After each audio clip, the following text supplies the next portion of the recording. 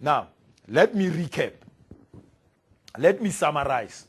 When you prepare your debtors collection schedule, the first thing that you must do is 1, calculate your credit sales if it is not given. Okay? Calculate your credit sales if it is not given. 2, look at how the money will be collected and place the percentages in the relevant columns like I did. Place the percentage in the relevant columns and then use the credit sales and the percentage to calculate the amount to be collected for each month. And finally, add the total of each column in order to get the receipts from debtors. In order to get the receipts from debtors. In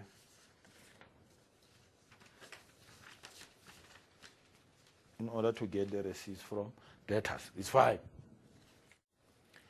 The second question says to us, calculate the figures indicated by A to F in the cash budget. Calculate the figures indicated by A to F in the cash budget. Remember, you will not be asked to prepare the whole cash budget in the examination because it will take away a lot of marks. And also, the preparation of the cash budget is actually the work of grade 11. As a result, you will not be asked to prepare the whole cash budget, but you will be asked to calculate certain amounts in the cash budget.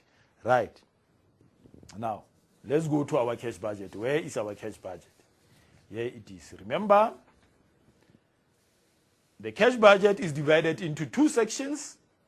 It is divided into your receipts, right? And also your payments. Your receipts and your payments. I should have put this on the same page, but nonetheless, it's fine. It's fine. It's not a crisis. Now, under receipts of your cash budget, what do you get? You get your cash sales, collection from debtors. Now, we go back to our debtors collection schedule. You go back to our debtors collection schedule. You see the question marks here for collections from debtors. These are the amounts that we calculated in our debtors collection schedule. These are the amounts that we calculated in our debtors collection schedule.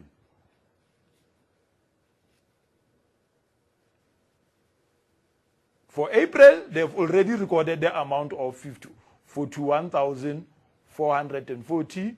For May now, you have 51,520. And for June, you have 63,200. I just wanted to show you that these are from the debtors collection schedule.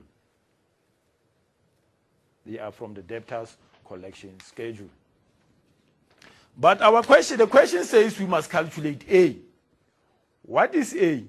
A is that we must calculate cash sales for June. Cash sales for June. Now, remember what they said at the beginning. They said 80% of the monthly sales are on credit. And then I said if 80% is total credit, is credit sales, total sales is 100%, therefore cash sales would be 20%. Now, we have total sales of June, which is 90,000. Now, to make that calculation, you'll say total sales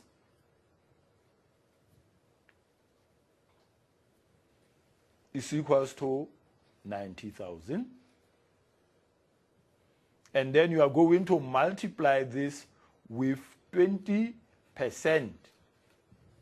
Remember, total sale and normal. Yeah. total sales is equals to 100%. They've given us credit sales as 80%. Therefore, our cash sales would be 20%, so that it makes up 100%. I just wanted to show you where the 20% comes from. Now, using your calculator, you simply say 90,000 multiply by 20%. It gives you 18,000. Are we agreed? Good. I am sure we get the same amount. But there is another way of also calculating this. There is also another way of making this calculation. When we look at the debtors collection schedule that we prepared, when you look at our debtors collection schedule, you see we said credit sales is 72,000, right? We said credit sales is 72,000, which is actually the 80% of total sales. Then you can simply say total sales is 90,000 minus credit sales of 72,000. That will still give you the 18,000. Can you see that? Total sales minus credit sales will give you your cash sales. Therefore, we have calculated our A. We have been able to calculate our A. Now, the next thing that we need to calculate is our B. The next thing that we need to calculate is B. Remember, this is your April, this is your May, this is your June. Okay? Fine. B, they want you to calculate purchase of stock for cash for May. Purchase of stock for cash for the month of May. Right. We've been told a few things. One of those things is that stock is replaced on a monthly basis. This is a very important statement. Remember, unlike with sales, they have not given us total purchases, okay? Total purchases have not been given. Therefore, when you read this statement, immediately they say stock is replaced on a monthly basis. You must know that total purchases is equals to cost of sales. Total purchases is equals to cost of sales. Why is that? Because this statement says every month we buy the stock that we sold, which means we replace what we have sold for that month. That is why we'll say if you have not been given total purchases, then you must know that total purchases is cost of sales, because they say stock is replaced on a monthly basis. I think that is fair. Now, they also say to us 50% of all purchases are for cash. Then if 50% is for cash, they say the rest or the remainder is on credit, which means the other 50% will be on credit. The other 50% will be on credit. Now we know two things. We know that total purchases is equals to cost of sales. Now we know that 50% of all purchases are on credit. Fine.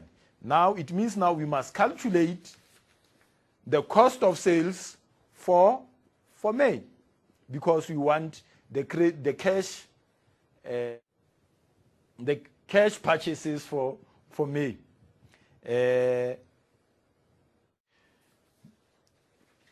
Right. They say to us again that the business uses a markup of 60% on cost. The business uses a markup of 50% on cost at all times. This will assist us to calculate our cost of sales. The business uses a markup of 60% on cost at all times. Now because we have all the information that we need, we are ready to make that calculation.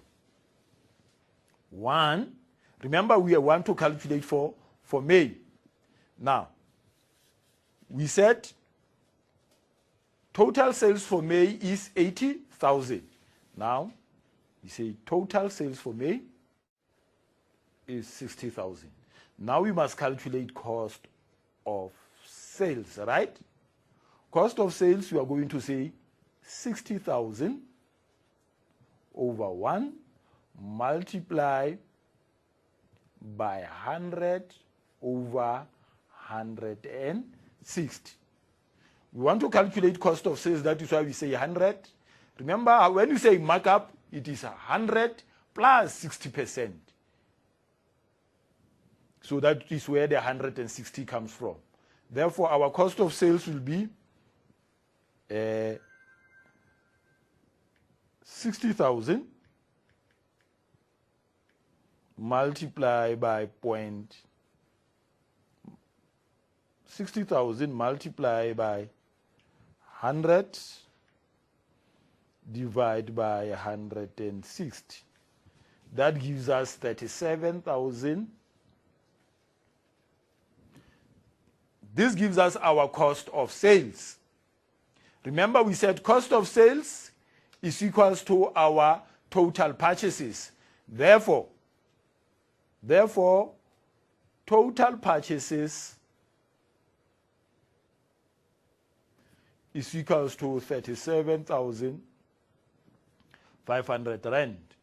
Then cash purchases would therefore be equals to 37,500, which is your total purchases, multiply by 50 over 100. 37,500 multiply by 50%. That will give you 18,750. 18,750. I hope that you are fine with that. I hope that you are fine with that. Now, what did we do? The first thing is that we were not given total purchases, but we were told that stock is replaced on a monthly basis, and then immediately we are told that you know that your cost of sales is equals to your total purchases is equals to your cost of sales. We are given the percentage profit markup, and that assisted us to calculate our cost of sales. And then from our cost of sales, which is now our total purchases, we multiplied by the percentage for cash sales, which is 50%, in order to get the 100%, the amount for our cash purchases. Right. Then we go back to our question. We go back to our question, which is C. All right. Let's take a 10 minutes break, and we will continue after the 10 minutes break.